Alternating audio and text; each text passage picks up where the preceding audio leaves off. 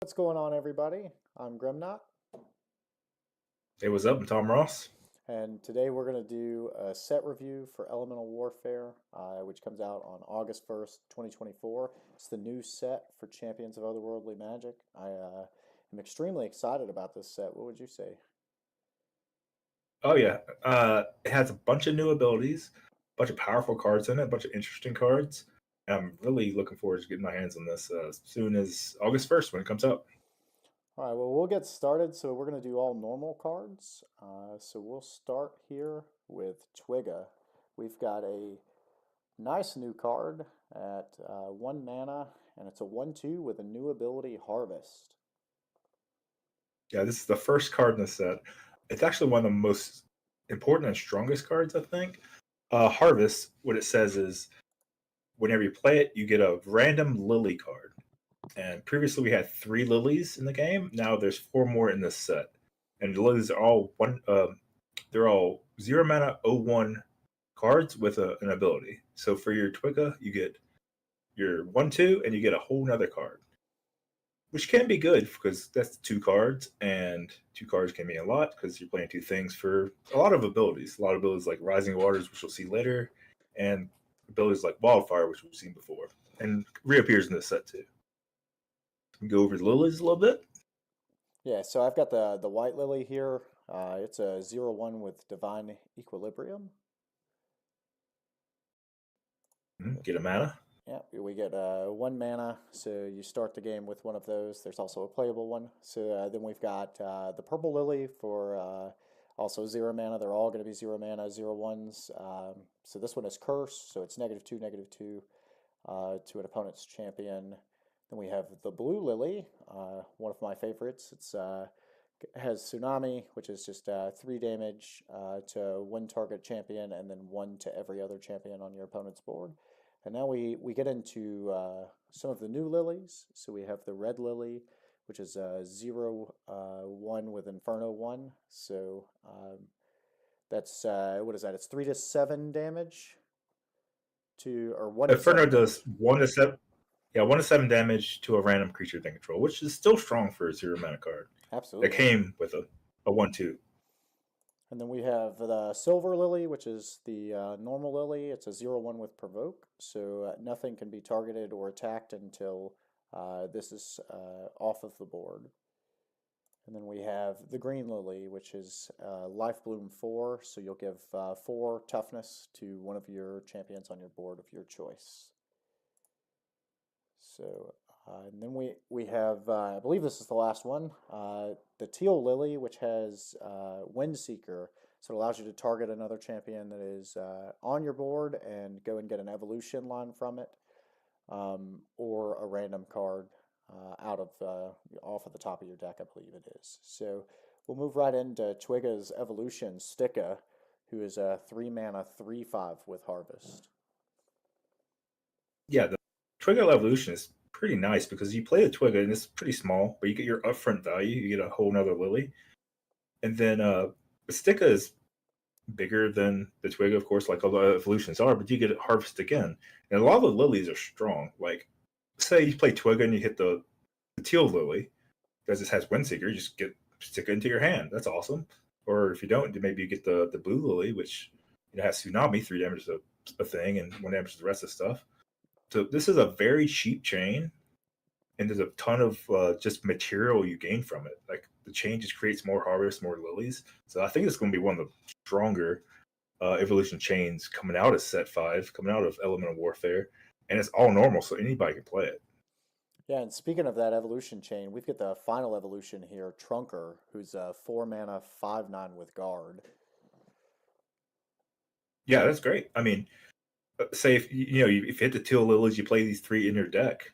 Like you play a 5/9 after you got your value from the harvest. It's just pretty solid creature. You just have a 5 power, 9 toughness creature. Guard means you can't target it, so like it's gonna live through a lot of stuff. It's gonna live through combat pretty well, and it can't be targeted. So I mean, it's gonna be a significant factor in the board and a chain that you've accumulated great value out of already. Yeah, and if you, as you were saying, if you hit like the Windseeker Lily, for example, you're also inherently just gaining your card value back, right?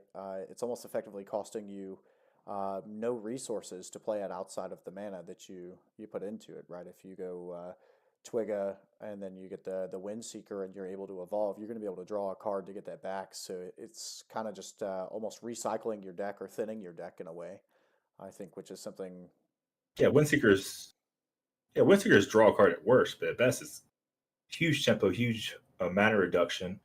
And even a lot of other lilies are pretty decent too. Like you say, you get the silver one to provoke. I mean, a lot of the cards you want to evolve, they need a little bit of defense or they're going to be attacked. But even like a silver lily is pretty decent.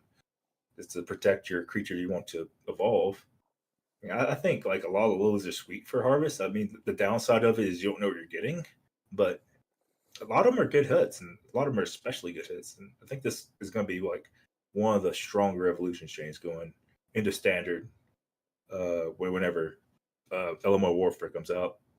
Yeah, I absolutely agree with you. So we'll kind of keep it moving. We're going to move right into Mystara. So we have a 3 mana 2/9 rusher. Yeah, so of course you can't attack with creatures or champions that deplay immediately, but cards with rush can. They can attack the opposing champions or attack the opponent. This one, it's the first 9 toughness rush creature for this much mana, but you generally want a little bit more punch. A lot of the effectiveness of rush is that you can attack the opponent for a good amount of damage out of nowhere. Of course, you can like take down creatures with 2 toughness and they whittle at their board and stuff. But this card looks solid. I haven't seen these stats before, so this is one I have to really see play out to know how strong it is. I think it's on the weaker side, but they have interesting numbers on this where I could be surprised. Yeah, absolutely. Big toughness for a 3 mana creature. I think we've seen it in a few other cards, but I don't know how many of those have been standard staples. So it'll be interesting to kind of see how this card plays out. So we're going to move into our first non-Lily Diamond card here. So we have Wagyu for 2 mana. It's a 4/5 with Overkill. Yeah. So a little precursor here. We're recording this a little bit earlier than the set will come out. Some of the cards may change.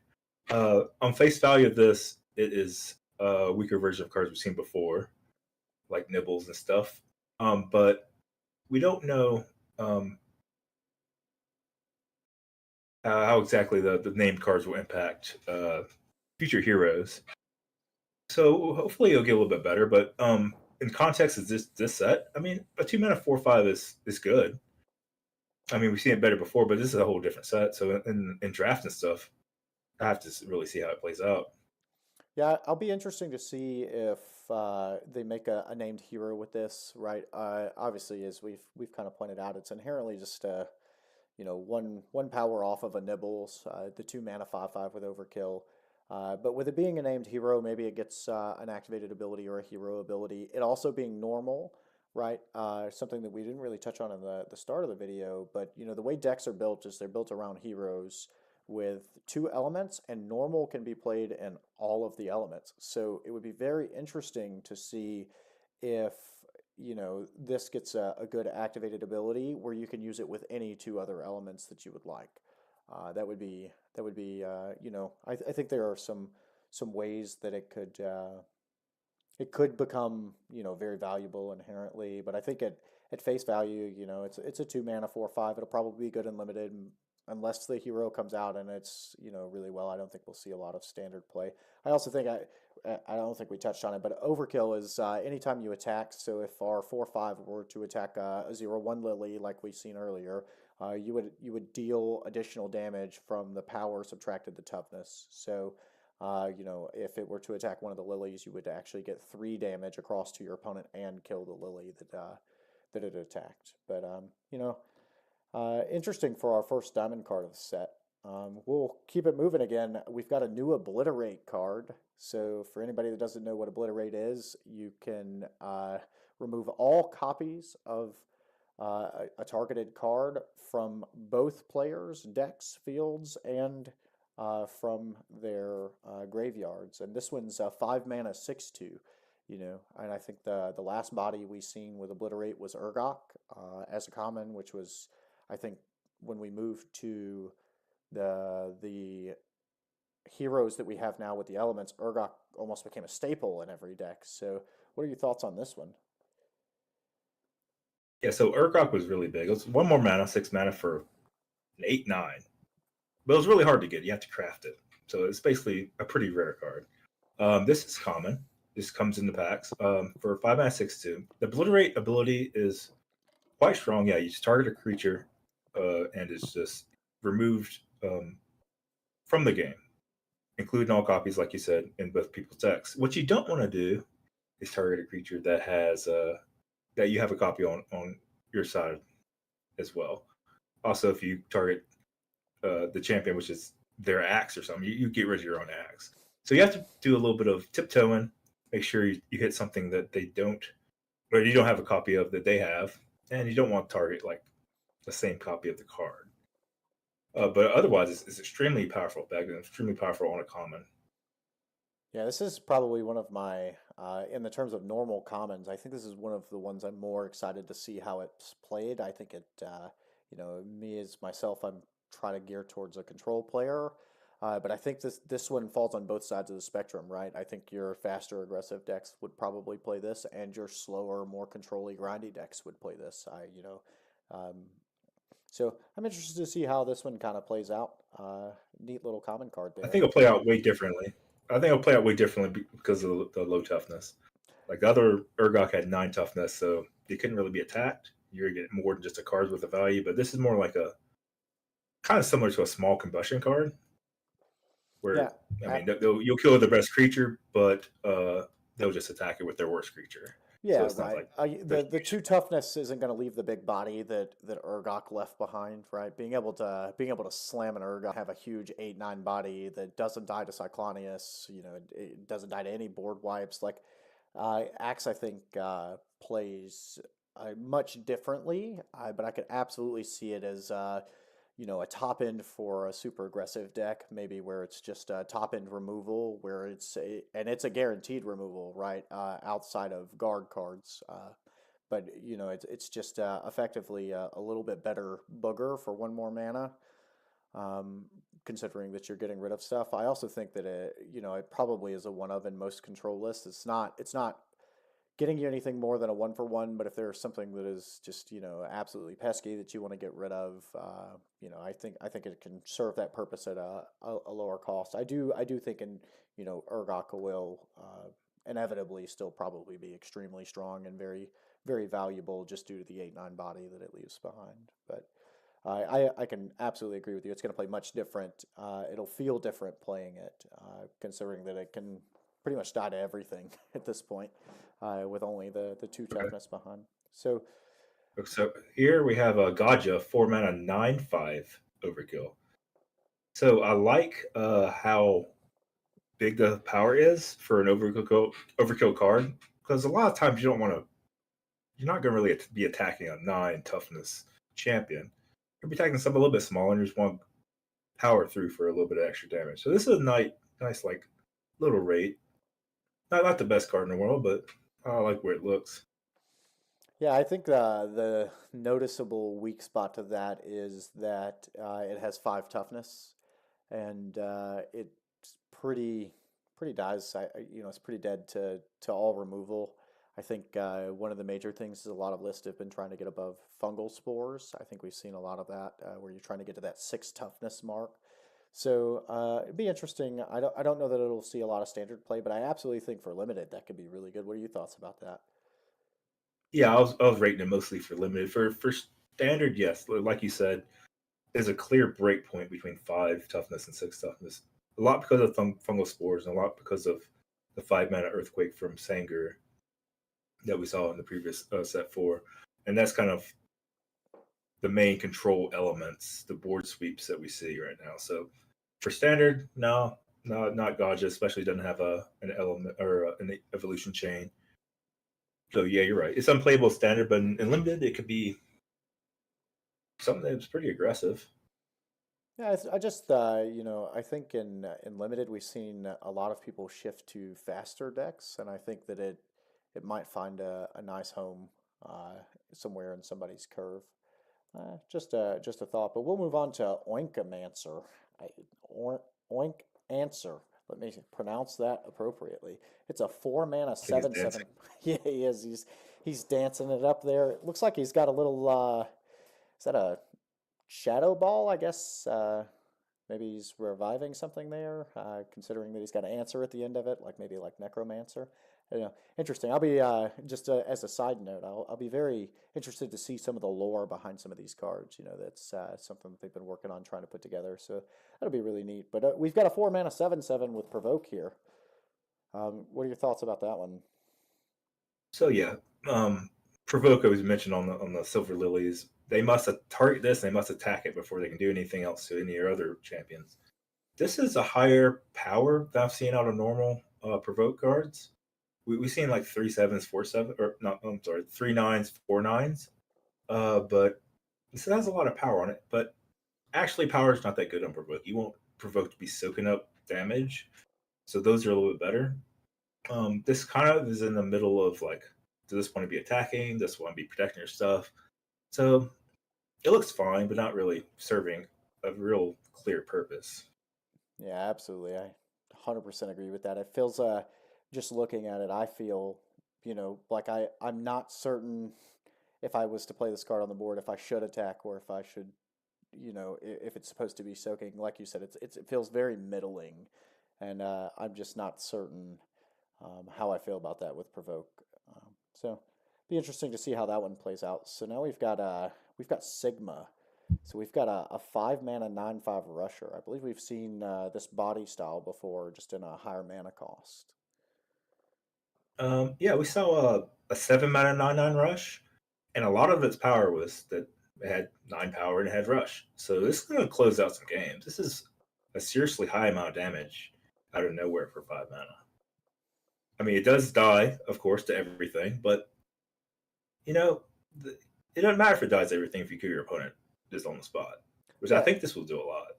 inherently, you get your value out of it the turn you play it. So the fact that your opponent can't really kill it until the next turn, like I just know from myself, and maybe you can agree here if you think so. But I would pay 5 mana to deal 9 to my opponent and leave behind a body anytime, like even if it wasn't attacking. So the fact that you're getting your value out of it the turn that you play it, I think it makes this extremely playable, and I think we're going to see it in a ton of top end of top end or very close to the top end of a lot of aggressive lists. Yeah, I think this card is like real nice. And Wolf Street constructed play. The other card was a 7 mana card for Mekra, which was 9/9, and sometimes it attacked and killed opposing creatures. But this one's is really just going to it really just like you said, it's a 5 mana deal 9 to the opponent, which is a pretty good rate compared to like the vortexes or the combustions to the face we see, or we'll see later in the self destruct mechanic. Like just converting your card to just straight face damage. This is looking pretty good, and it has the potential. Just attack their 4/4, lead back a 9/1. That's completely fine too. I think this card's really good. Absolutely, and the longer it stays on the board, if it's not dealt with the next turn, like you're just getting increasing amounts of value. I do think that of the cards that I've seen, this is one of the better rares that I've seen, I think. So I'm very interested to see how that one goes. We'll move on over to Lynxia. We've got a 2 mana 5/3 with Aegis. So the important part about this card is it does have an evolution, and 2 mana for. Well, we've seen this kind of before. 2 mana 4/3 Aegis, 2 mana 4/5 Aegis. This is the first like 2 mana 5/3 Aegis, but that's not really relevant. The relevant part is it has an evolution. We'll get that in a second. But Aegis on a small creature is important because you can throw your Aegis creature their thing. Now it doesn't have an Aegis, but you just evolve it. So you got your value out of the card. You got it to like a weaker state, and you just convert it to something else. Yeah, and speaking of that And I guess we evolution, just oh, go yeah ahead. yeah I'm just gonna say just go right into it. We go into Shadow for a 5 mana 9/6, which is a good jump. Like jumping from a 2 mana card to a 5 mana card. You get your Aegis back, and the 9 power can attack anything. At that stage in the game, this can come down on turn 3, and 9 power is gonna kill anything on turn 3. And it has that 6 toughness we were talking about earlier. That's so crucial against the fungal spores. Yeah, absolutely. So I like think his chain looks pretty good. yeah, I think this one looks very good. You know, as you were saying, being able to play, you know, your turn two, playing a 5/3, and then you know maybe hitting your opponent's Fominical or their Timber Fawn. I think that's also very interesting that it actually kind of trades well with Timber Fawn. You can knock the Aegis off and then evolve it, draw a card. Now you have a 9/6 that isn't going to get its Aegis knocked off by fungal spores, you know, outside of being hexed, is probably going to be sticking around for a few turns, and that's a, you know, I think that's a very good evolution chain. I look forward to actually probably trying this out myself. I'm a very big on Aegis, so I really like the ability. So we'll see how that one plays out. So now we've got a Pudgy, and boy is he cute. He is something there. He is a 1 mana 1/7 with Berserker 3. Yeah, I think this is one of my favorite cards from normal and set. So we saw slot before. It's a 1 mana 1/8. Not trying to put that into a lot of decks. I put it into a lot of decks because the combination of power and toughness is just so high of a rate. But the problem is you have to do something with slot. You have to like enhance its power somehow. Usually with cards like Geode, light cards that have bless. Pudgy comes with that naturally with Berserker. Whenever this card takes damage, it gets 3 power. So say if I play a card that says Earthquake for 1, Rock Nada. Now it took the 1 damage, so that's 6 toughness. Now it's a 4/6. That's pretty good for 1 mana. Because it's better than any other one mana card that exists. Yeah, And a problem with slot before is like you couldn't really chip away at stuff. They play like a 3/3 and just kind of beat on it, and they're gonna kill your card before they kill their card, kind of stuff. Actually, 3/3 didn't work out, but 4/4 would. But this, like, if they try to chip away at it, you can hit back. Like, you can trade your 1 mana card for half or how much their card costs, probably two. So it's often going to trade up. You could often do things to itself to get the power up early, and it's just going to be like threatening a whole lot of things. Like people play the eggs earlier, like the egg chains, the egg cycle from previous sets. It's a little bit different in the set 5, but it just doesn't die to anything. It really checks all their early plays, and they can't really answer it that cleanly. So I think this card's really strong, and we'll get into the evolution of it in a yeah, second too. and I think not sure about the evolution, but definitely this one. You know, there's some new abilities that I think we'll get into a little later in this series. I guess we'll call it here. But I think there are some abilities that are gonna make this card even better just naturally. Such as the fire ability that's gonna, you know, be able to deal damage to a random card on your board. I think when I was looking at it, there's a world where you play this and then you play a 2 mana guy that draws you a card and deals 3 to this, and you end up with a 4/4, and you've drawn a card just naturally. So I think that's pretty good for turn two play. But here's the evolution. We've got Plumper, and he turns into a 3 mana 7/9 with no ability. Yeah, I think this may be the only no ability card in the set, but it's also bigger than anything we've seen from this mana cost. Like, well, I think the highest we've seen is 7/8. Yeah, But this Guassassin. is really big. This is like constructed playable big, and like we said about 9 or 6 toughness being a critical number, 9 is also very critical. It's like a lot of the sweepers, like Cyclonius and Charlene, they aim to sweep away everything that has 8 toughness or below. This is get beyond that. This also can be played off a 1 mana card that you probably got some value out of. You probably made some attacks. You probably influenced their decisions because this berserker that's looming. Like after the Pudgy got its worth out of it, or if you just play it turn two, I mean, it's just gonna be huge. Yeah, absolutely. I think, you know, just again, as we kind of go through the cards, my brain starts churning about different things. But we just talked about like playing the Plumpy and then dealing 3 to it, getting a 4/4, getting 4 damage across, drawing a card out of that, and now you have 2 bodies. And then on turn three, you can attack with your Plumpy again if it hasn't been dealt with, and then you can make a 7/9 out of it. So you now have not only drawn a card, gotten a damage across, you've also got a 7/9 body out of it, evolved and drawn another card. That sounds very good to me. And that's just off the top of my head. I think there's probably going to be a number of other ways that this evolution chain can be used, but that's just I think it's got a lot of playability. Like it doesn't even have to be a chain. You could have a 4/6 in play and just on your third turn just play Plumper. I think he's completely fine. Absolutely. Yeah, even the card by itself I think is playable. I 100% agree with you there. So now we've got another one of these rusher cards. I think we're seeing a good number of these. This one's a little bigger than the last one. So we have Ram Raid. He is a 5 mana 7/8 with Rush. Key note here is that he is Diamond. Yeah, it's a little bit different than Sigma, which was a 9/5 for the same cost. This one's gonna be attacking a lot more creatures. This is gonna be more of a control thing. I mean, if they're like 7, you kill the opponent, but this is more better size to like be like a 2-for-1. Like attack their 5/5 now. Hey, deal with the 7/2. It's more like a 5 mana 7/2 removal spell. So it's kind of looking more like Axe that could also kill the opponent. I think it's stronger. I think it's stronger than Axe, but I think Sigma's higher power just to kind of do what a deck is designed to do that includes Sigma. Sigma would be better, but this fits more roles. So it's better in the abstract of all decks. So I'm not really sure which one's better. I think Ramayat. How do you pronounce this? Ram Ram Raid? Raid, I believe. I believe it's Ram Raid. Yeah.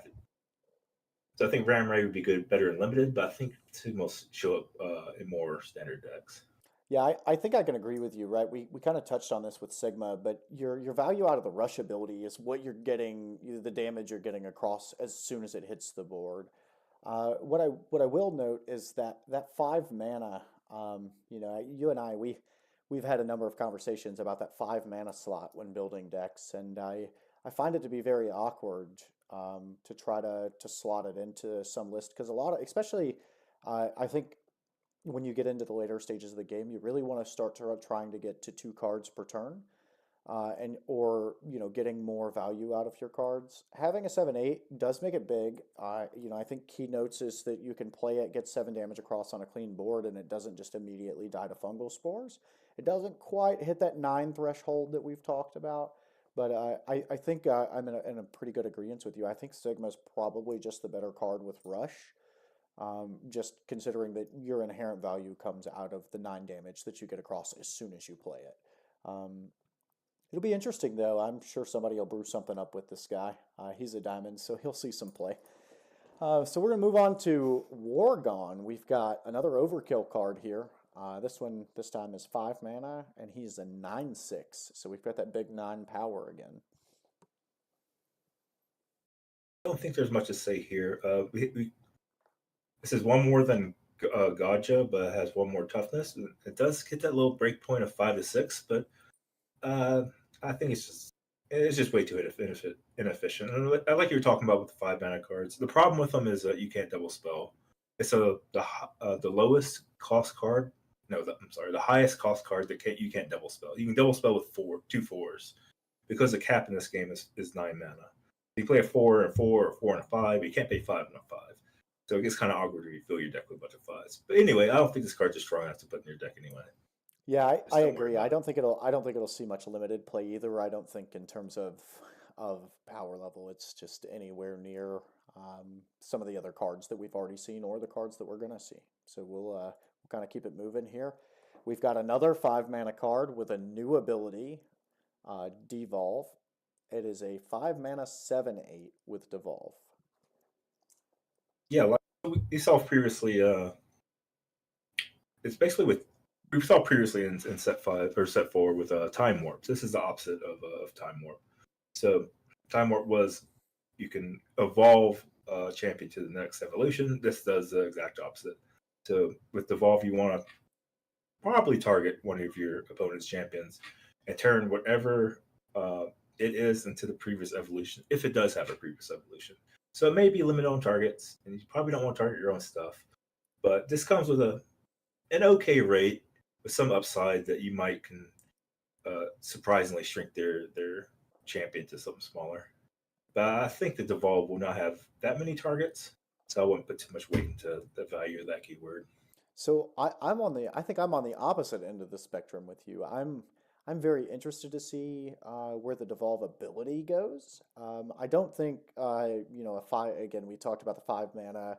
I don't think playing 5 mana is something that I want to do. But I think there's another card we're going to see here just shortly that I think could see some playability, and I think it gives the devolve ability itself, in my mind, I don't want to say I'm putting a lot of stock into it, but I am very interested to see the types of plays that it opens up because just off the top of my head, right, there's a world where I play Bog and then I Bofa my Bog, and it turns into Booger, and then I draw a Booger and I devolve my Booger back to Bog and then evolve again.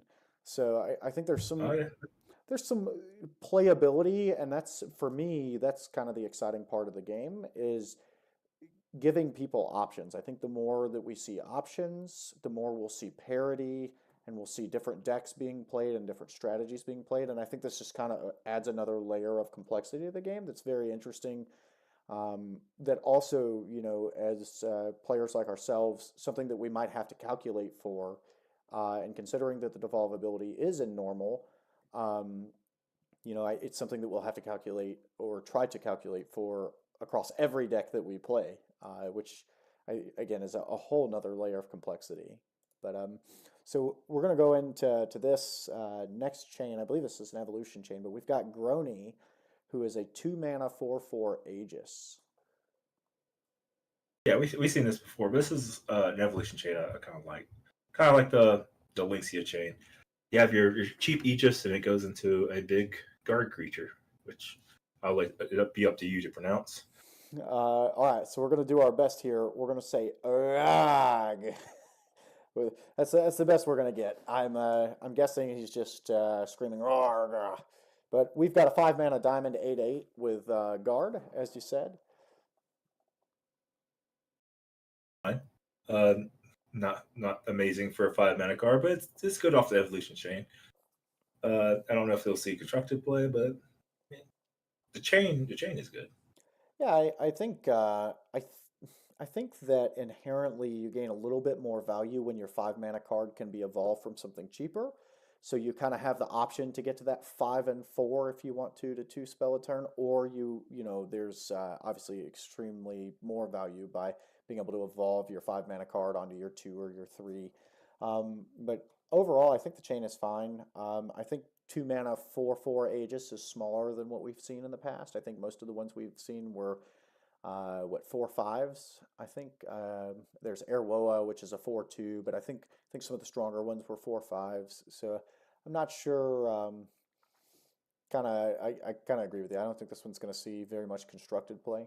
So moving on, we've Yeah, I got. like the Oh, go other ahead. one a little bit better. The 5/3. I think high power, which is why I don't like them as much. Yeah, I think everybody will inherently be kind of the same way. But we've got another rusher here. We've got Huskar, which is a 4 mana 6/2 rusher. What are your thoughts about that one?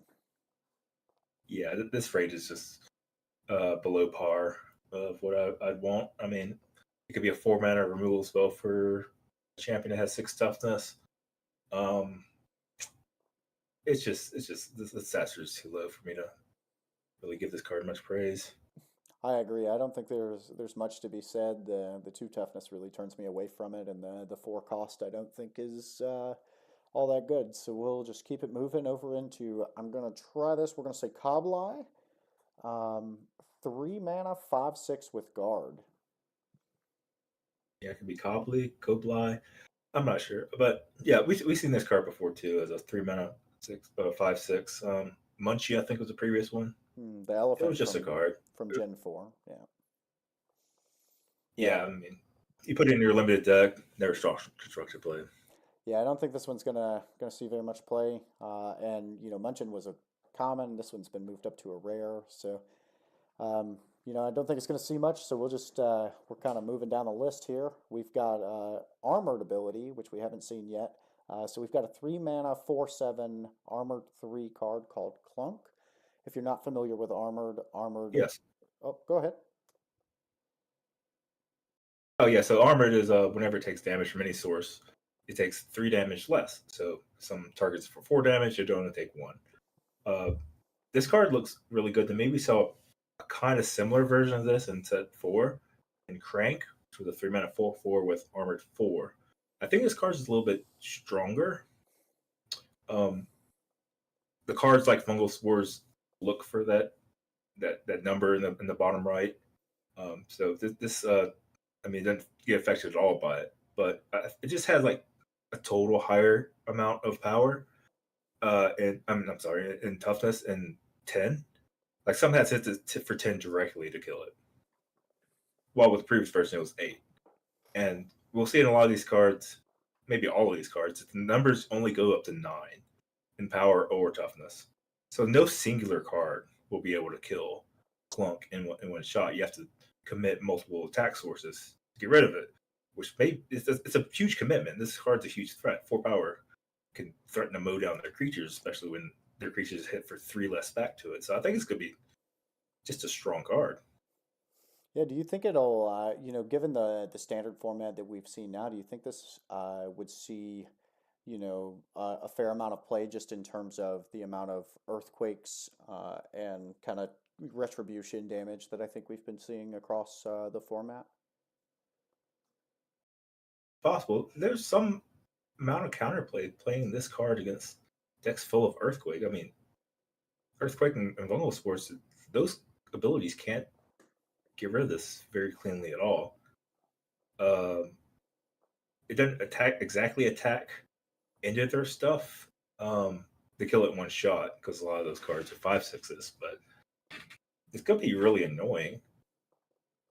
I mean, you can put this in a deck that's trying to beat those sweeper nature decks, and it could be a piece to a bigger solution that you've crafted.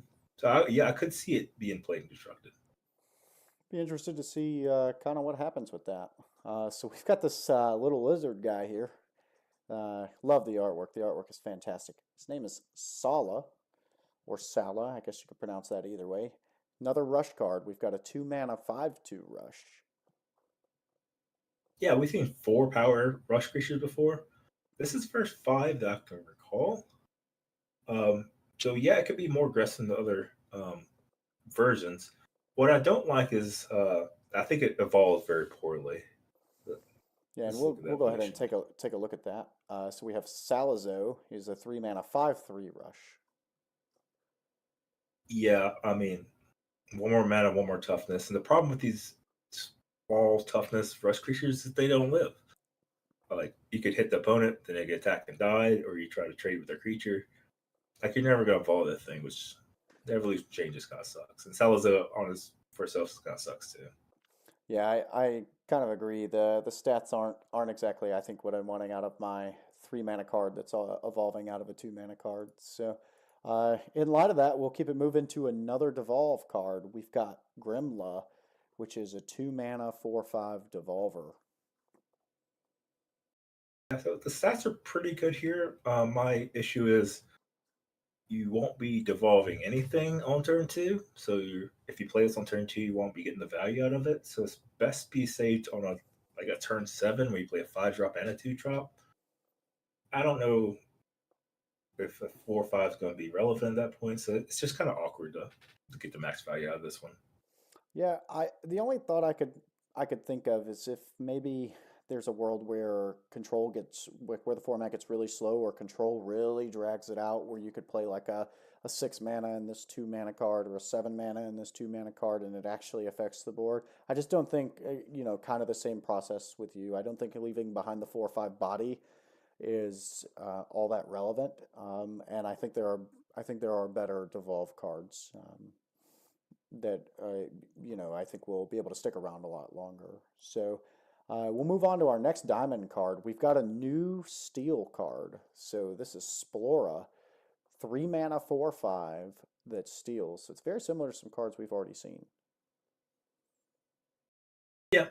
Oh, Glinkstein and Zingho in the previous set. This is in the middle of it. It's a 4/5 instead of a 4/4 or 5/5. Yeah, I mean, we've seen this effect for us. Been strong. It's been played and constructed.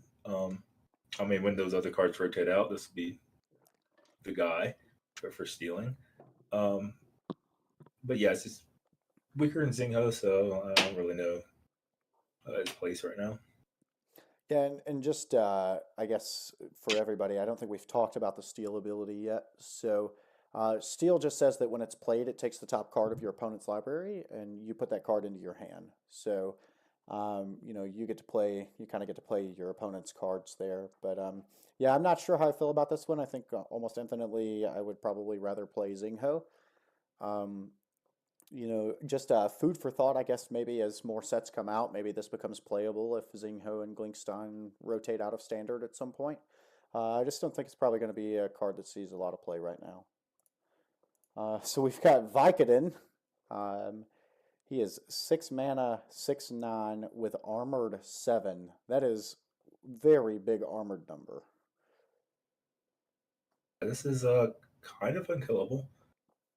We saw a similar card in Armadillo. I can't quite remember how this matches up against that, but I believe that card saw. Armadillo. Well, Yeah, go sorry. ahead. I was just going to say, I believe Armadillo was a 7 mana 8/8 with armored 8, I think is what it come out to. So, and if you have Armadillo pulled up, maybe we can get those stats. Um, just to be. Case, it's going to be unkillable outside of yeah, we can say it dies the hex, but this really just doesn't die to anything but hex. I mean, nothing's going to do 7 to it. Most of the sweepers do 8. You have to do some real power pumping to get 16 damage through it in one shot. So this will make them basically race it. I think the best way to beat this card is just accept that it's going to attack and kill all your creatures, and you have to send all your creatures at their face and hope that you can do that in enough time before they gain an insurmountable advantage that they will gain if you cannot remove this with something like Obliterator Hex.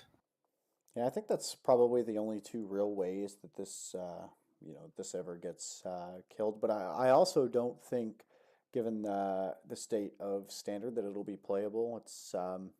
I think in terms of your 6 cost and your 7 cost slots, there are probably some better cards to be played, considering how many Hex and Obliterates are already played. I think this is an absolute limited bomb. I think it could be extremely hard in draft to be able to kill this. I would actually consider pack one pick winning this if this showed up in my pack. This is almost unkillable. Yeah, it's quite possible. There's a card Mizarok, which was a 6 mana 9/9 from set 4 that had Fortify, and that basically had infinite toughness. This kind of card also has infinite toughness too. Infinite in terms of they need to completely shift their tone to get rid of it, or like I said, try to race you out. It's gonna be tough. Mizrock was the first pick, by the way. Yeah, absolutely. And I think when you get into these larger armored cards, I've played a lot of like Medusa with armored 5, and I've tinkered around with the armored cards. When you get into the armored that is this big, you mentioned you got to get to 16, effectively 16 power in one shot.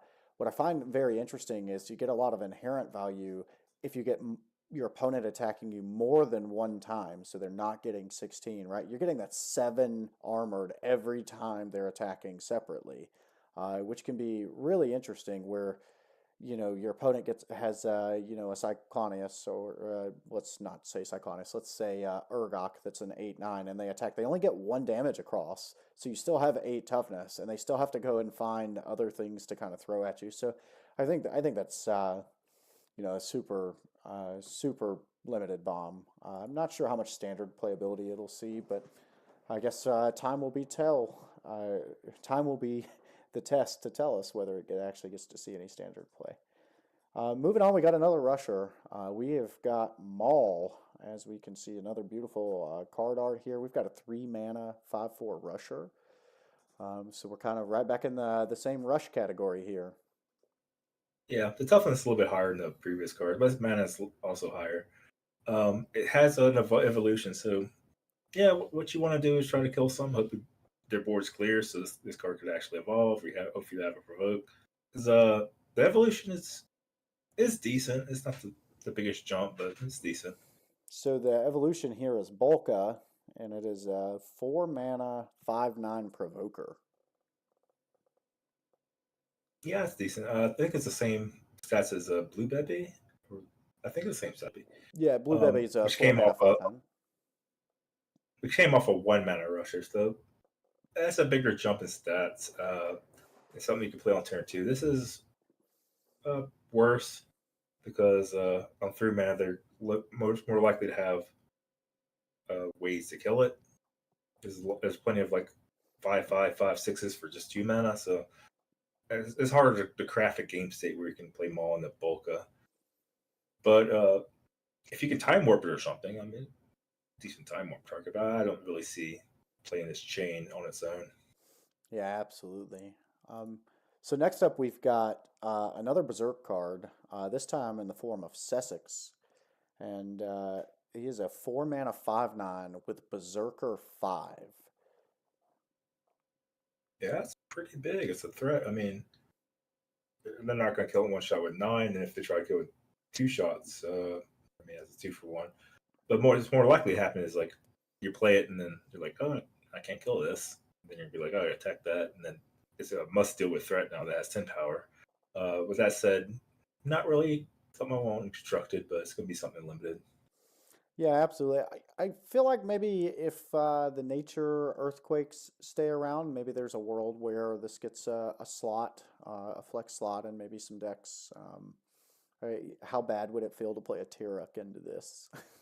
It just, it's Tyruk and Rocknada. I've seen those seem to feel real bad if you play those into this card, in my opinion. But again, I think it'll be something for limited.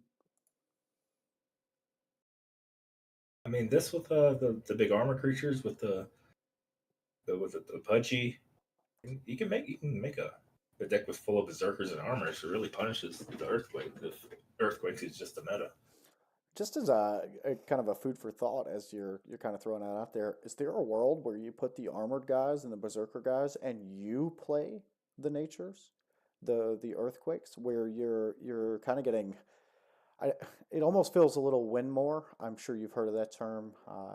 We use that term a lot in Magic the Gathering, where a card is just doing too much. Are you doing too much maybe by building a deck where you have the berserkers and the armors and then you're also playing the earthquakes, considering that these are all normal? You can play things like Tiruk and Sanger, Rocknada, things of that nature. Absolutely not. This is a deck that will be played.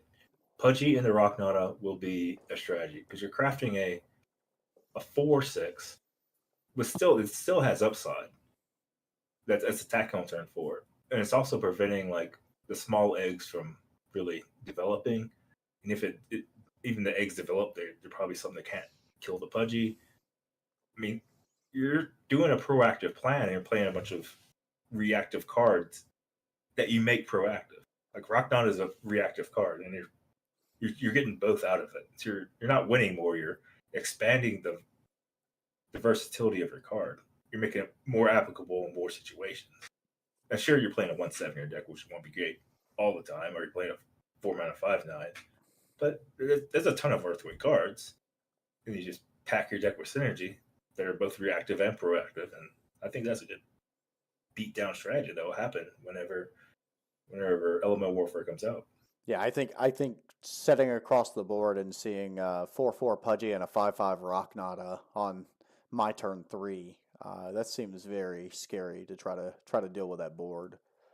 So it'd be interesting to see that list that kind of comes out and what that looks like. So we'll keep it moving. We've got I'm gonna try to pronounce this. I believe this is Guafor. Um, and this is a 4 mana 7/6 with Overkill. Yeah, does have that critical 6 toughness. I mean, it's just fine. I don't think you'll see constructed play. It's like the same as the Gaja and the Worgon we saw earlier. It's just hard to really use constructed, but I'd be fine in limited. Absolutely. I don't think there's much to say there, and we'll just kind of keep it moving down the list. We've got 6 mana 8/8 with Elemental Fury, so that's a new ability we haven't looked at yet. Yeah, Elemental Fury appeared in previous sets. It just means it can attack an additional time for each champion you control with the same element as the element of this card. So if you have another normal creature, it can attack twice. If it's the only creature, you can attack once. But if you have like four normal creatures, it can attack four times. So you could either attack three creatures than them, or you can attack them four times for 32 damage. Um, this effect is most powerful with the eggs. This is one of the bigger egg targets in the set because you want to get this down early and try to like convert that 8 power to multiple attacks to the face. But for 6 mana 8/8, we'll only go in the most like dedicated normal strategies.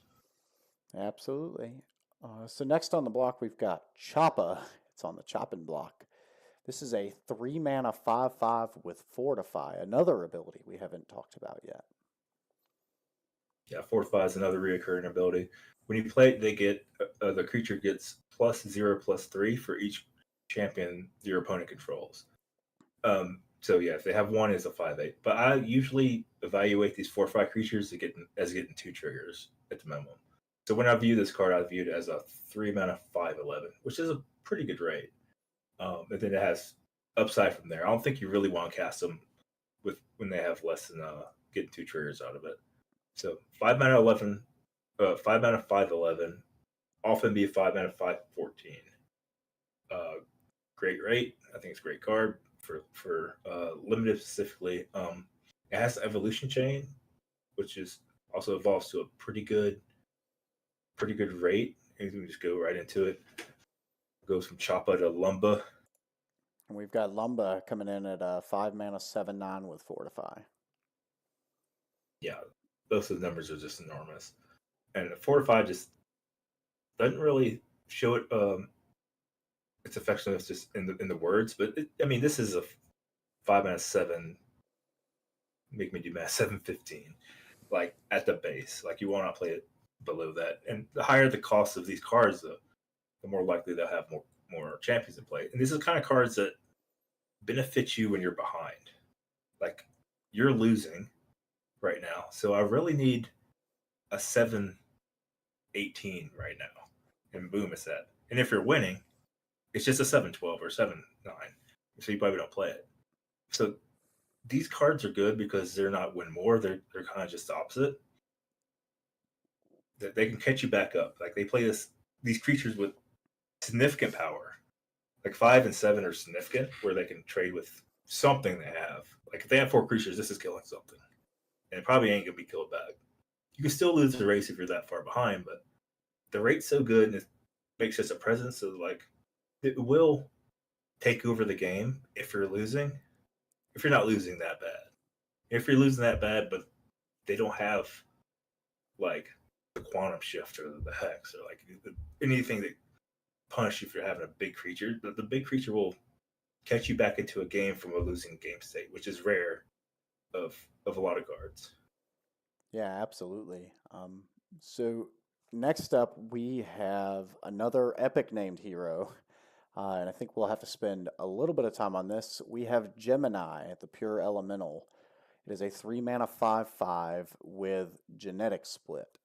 So you want to talk a little bit about Genetic Split here? We talk a lot about genetic split. So, a genetic split says after this card deals direct damage to a player, it evolves.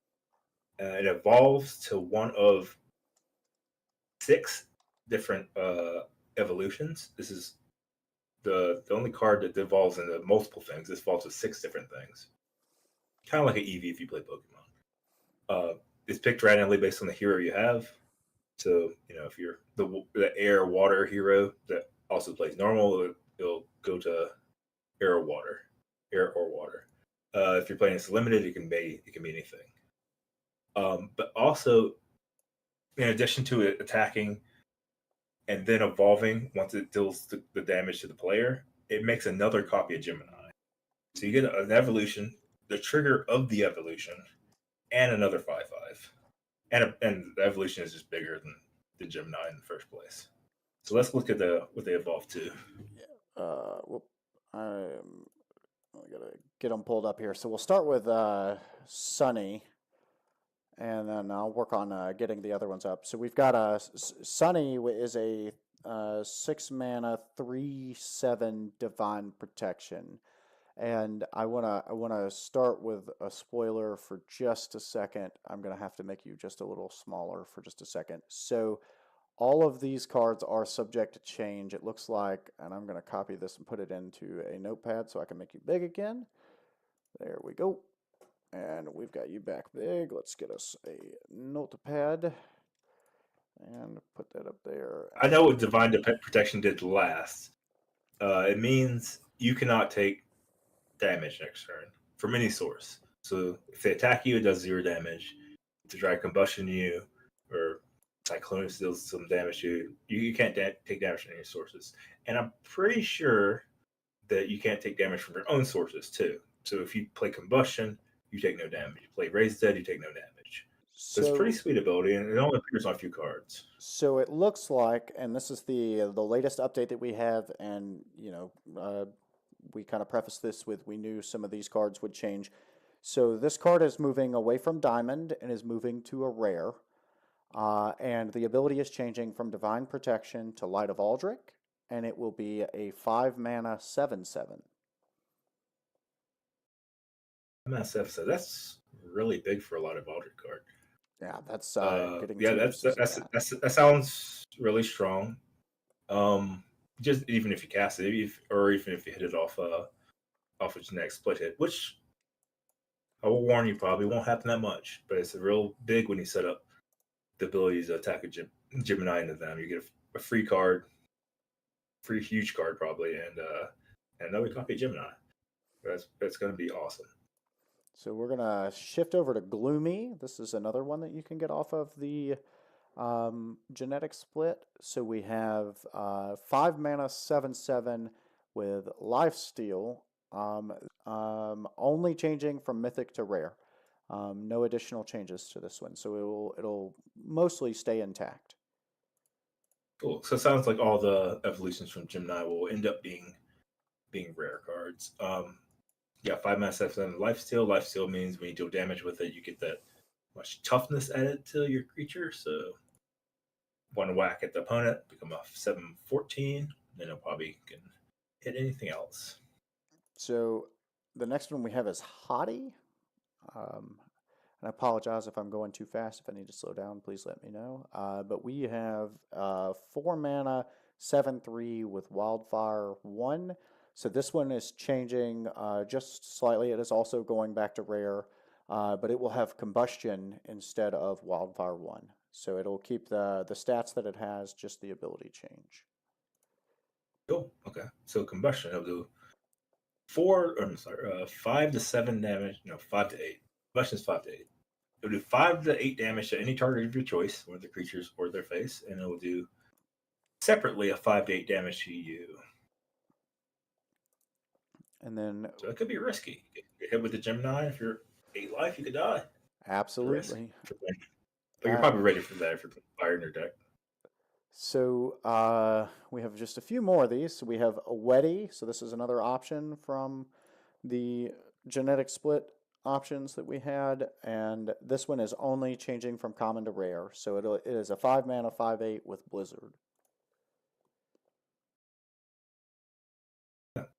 Pretty strong. Blizzard, of course, is freeze down and attack their next turn. They can evolve from that creature directly, and any damage dealt to it, it does not do damage back.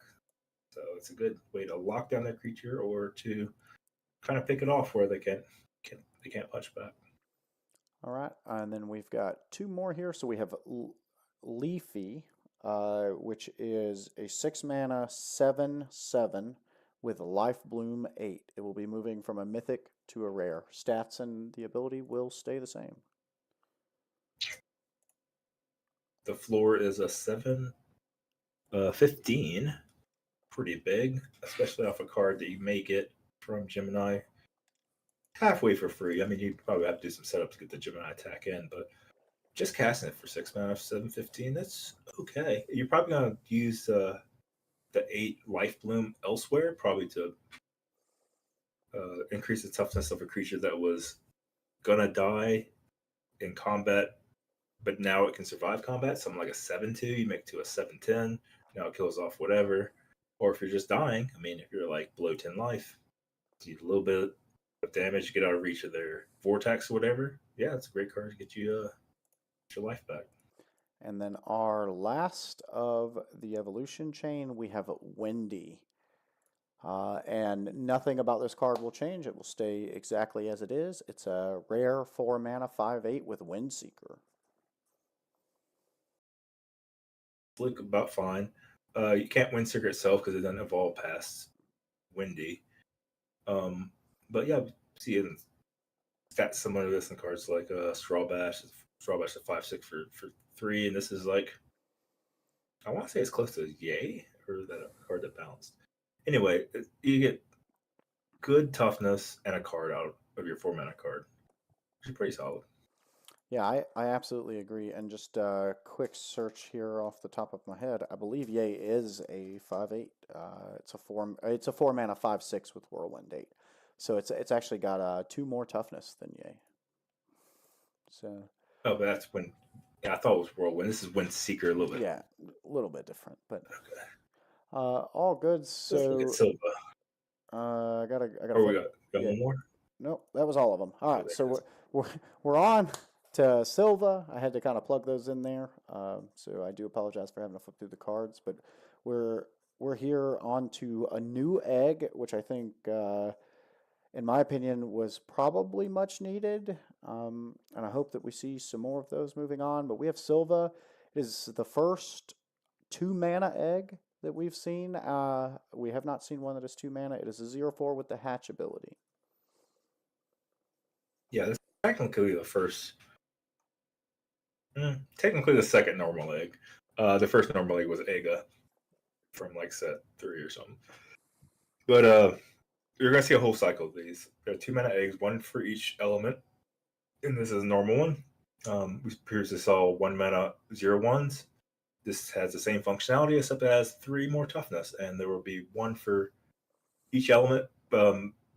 There previously was not a light one, but now there will be a light one, and now there is a cheap normal one. Normal when combined with cosmic, in the last merge of elements gave normal an egg, but now it's getting more balanced. Now every element will get an egg like this, and as the sets move on, they'll get equal opportunity to get their champions out faster. Yeah, I think the this normal one I don't think is maybe game breaking, but considering that there's going to be a whole set of these, what are your thoughts, just really quickly, on some of the elements maybe getting double eggs? We just had the elements merge, and like you already have fuchsia, which can evolve normal cards and cosmic cards, which are all just normal cards now. And now we have another normal egg. Do you think there's a world where there's too many eggs for an element? I think the elements that need it, so like light, which doesn't have access to an egg in standard right now, will really like the light egg. For Silva, I think its best use is probably with the 6 mana 8/8 elemental fear we saw earlier in Ripa. Right now, Fuchsia is mostly getting out Urgok. Sometimes it just makes things a little bit cheaper for the cosmic cards, like both for Tinker Time and Mune. But Silva has a place in a deck that wants to get out uh, normal and cosmic cards. Now just normal is faster. I mean, it's a bunch of high mana normal cards that you want to get out. Some have Singularity, some have Infinite Strike. I mean, there's plenty of game plans that evolve around both playing Silva and Fayusha. Yeah, absolutely. I think it's going to be very interesting to see how the new eggs shape the format. But moving on to one of probably my favorite cards here, we've got Dofa Tinker Time, who is always late. So he is a crafted normal card. Three mana. It says 7/5. I know that that's what the text says. It will be changing to a 5/7. We did get a confirmation that this will be the same body structure that his body double Bofa Tinker Time, always on time, will be, and it says the ability to evolve. Yeah, we're not sure about the lore yet. It could be a brother, could be a copy. Anyway, yeah, it's the exact opposite. Both of Tinker Time had Time Warp, which would just mean evolve a thing. This says devolve a thing. I think it's going to be a little bit weaker because I think you're going to construct your deck to evolve things you want to evolve, but not really necessarily to shrink what your opponent has. So it'll be a little bit weaker, but I think it's going to be pretty strong. The stats on both Bofa and Dofa are pretty big. 5/7 is a nice stat line.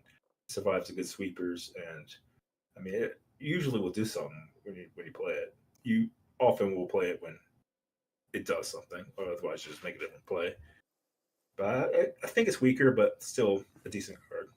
Yeah, I agree in the thought process of it's probably just weaker. And I say that I kind of liked the 7/5 stat line. If it was a 7/6, I would be a little happier so they wouldn't die to Phonaroth. But, with Bofa, oftentimes, just as a quick example, you see like your Bofa comes in and you evolve your Valmoth or you evolve your Booger and you get like an 8/9 or a 9/9 and a 5/7.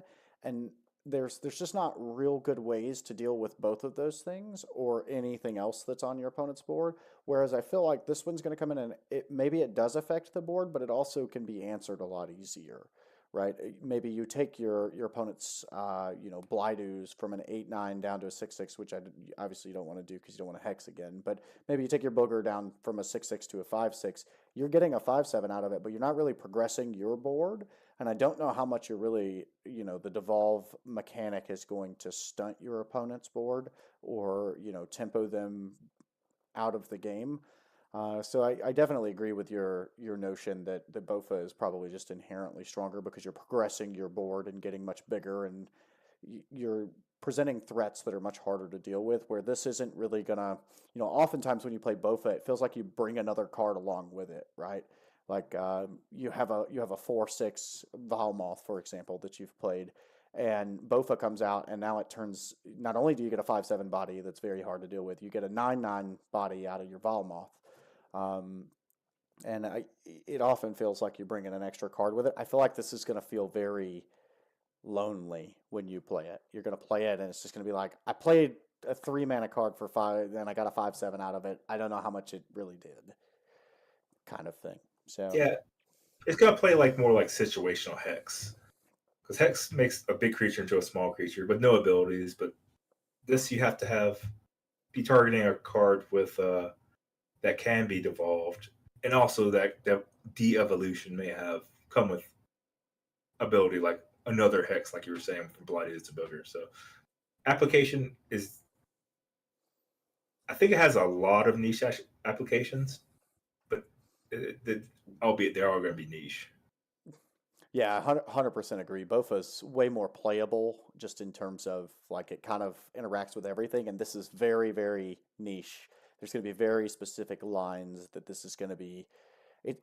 I think there are times where Dofa is going to feel awesome. You're going to be like, I can't believe I just did that, and that play changed the course of the game. But I feel like there's going to be probably a more percentage of the time than not that this card does not feel very good.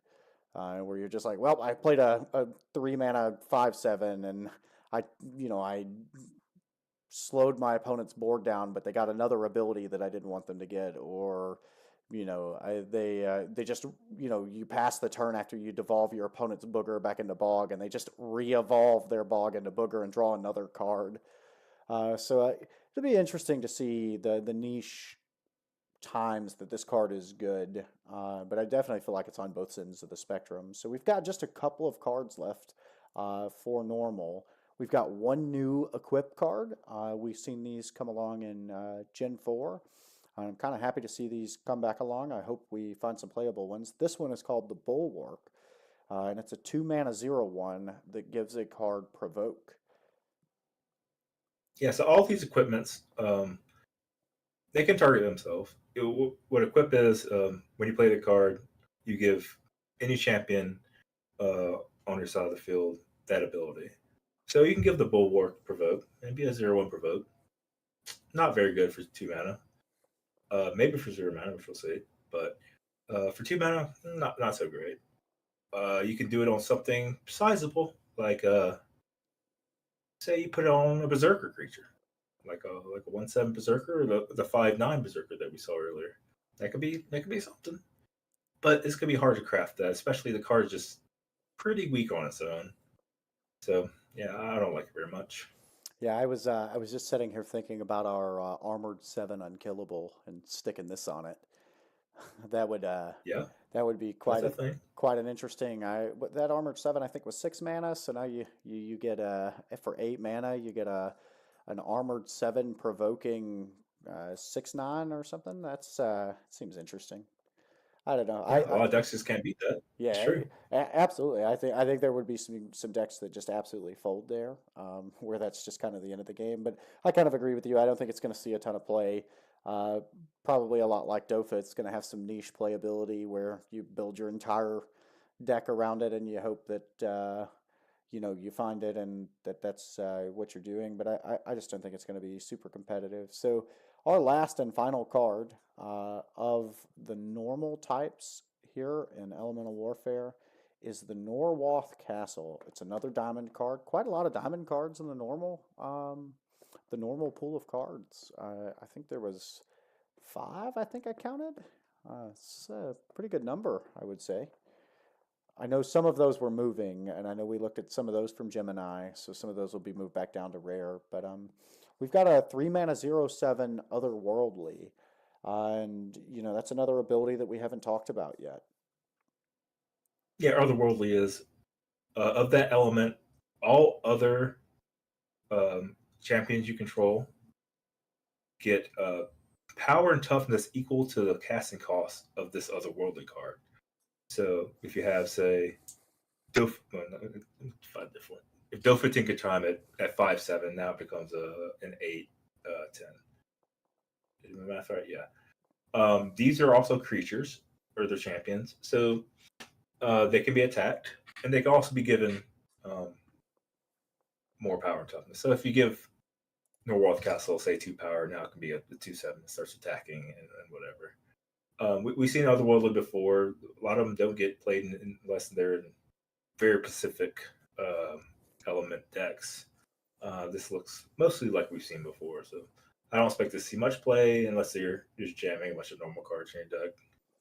Yeah, I think it'll be interesting to see if there's any heroes that get released that maybe have something to do with Otherworldly, or where maybe these can see some more playability. With this being a diamond card, I would hope that we find a way to find it, some playability, but I'm not 100% certain. So that was our last card that we had for the day, or at least for this segment. And I wanted to take just a moment. I need to flip over and find a couple of cards. There were some updates that we did not chat about when we were going through. So Clunk was one of those. Let me get Clunk pulled back up on the screen. Um, and actually, It was a 3 mana 4/7 with armored 3. yeah, so I'm trying to, I think we were closer to the top here. Sticka, Trunker. We'll find it eventually. I, I'm flipping through my list of cards before I put it on the screen. See if we can find it. Yeah, there we go. All right, so let's put that back on the screen. So Clunk, Clunk had an update that we did not talk about. So apparently a 3 mana 4/7 was too strong. It looks like the development team has decided to move that back to a 3 mana 4/5 with armored 3. So it can be hit by fungal spores. I know we kind of chatted about that. So what are your thoughts Yeah, about that that's one? much weaker. Yeah, it's tremendously weaker, I think, at a 4/5 than a 4/7. Yeah, much weaker, just worse than Crank. I think it's probably out of standard playability. Yeah, 4-7 I think was seen some playability with all of the different earthquakes and things that we had. I don't think a 4-5 is going to see a lot of play. And then there was one more. It was in the line that you like. What is that? Plump and Plumper? Is that correct? Pudgy and Plumper. So Pudgy and Plumper. Plumper is going to see a small adjustment. So it is moving from 3 mana to 4 mana. So I think it gets probably a little bit weaker that way. A lot of the strength was just its natural castability. Its stats was bigger than any normal card for 3 mana that we've seen before. Um, it does still chain off Pudgy, which you can get some value off Pudgy with some uh, attacks and manipulation and just kind of threat level Pudgy mate can generate. But yeah, of course, it costs 1 more mana, so it's gonna be weaker. Well, I think that was all of the updates that we had. So overall, what was your thought process in terms of how you rank normal? Let's put it on a scale of 1 to 10. I think we can do that with all of the elements. So, on a scale of 1 to 10, how strong or weak did you feel that normal was this set? Well, normal is supposed to be weak just in general, just because everybody has access to it, and before they choose like their hero and the colors they want to branch into. But they have some decent just cards that can go in any deck. I think Twigga, Sticka, Trunker, that chain can go in any deck. Even though Pudgy Plumper was nerfed a little bit, I think it's still pretty fine. Axe is a second obliterate card that everybody's access to. It's gonna be part of the meta. And Silva, Gemini. I think a lot of cards in here that can go in any decks, and some cards that can go in normal focus decks. Scale Absolutely. 1 to 10. I think I'm gonna stay on the low end because I have high expectations for the rest of it, but about a 5, I guess. A 5. I think I am in the same boat. I'm gonna also probably, I think I would probably give this a 5 in terms of playability, viability, power. Um, so that's an average of 5. So we'll give normal 5, and I think we'll look forward to getting the other elements going. I think there's some really cool stuff in Elemental Warfare. Reminder, that's going to come out on August 1st, 2024. All of your packs, so big updates, just a couple of updates to pass. One, no promos are given for buying single packs anymore. I know in previous sets, when you purchased singular packs, you would get a promo. They have moved that to boxes and cases only. There's no longer single pack promos, so that's some big news coming out. I think that's going to prevent people from having near as many promos kind of floating around out there.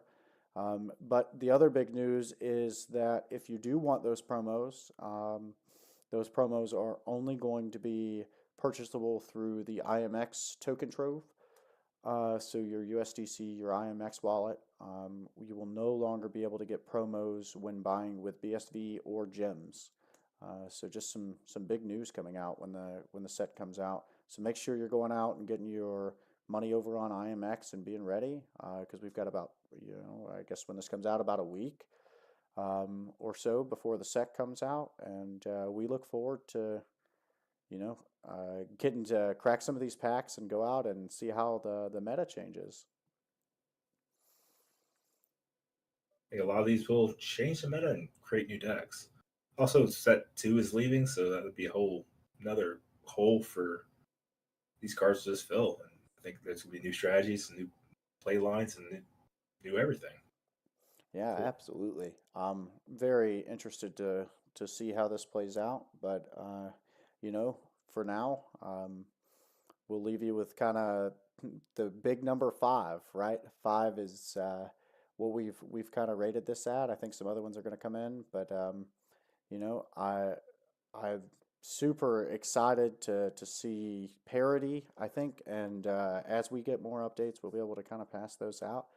But I'm Grimnot, and this has been Boss MTG, and this has been your normal set review for Elemental Warfare. Thanks, guys. Yeah, take it.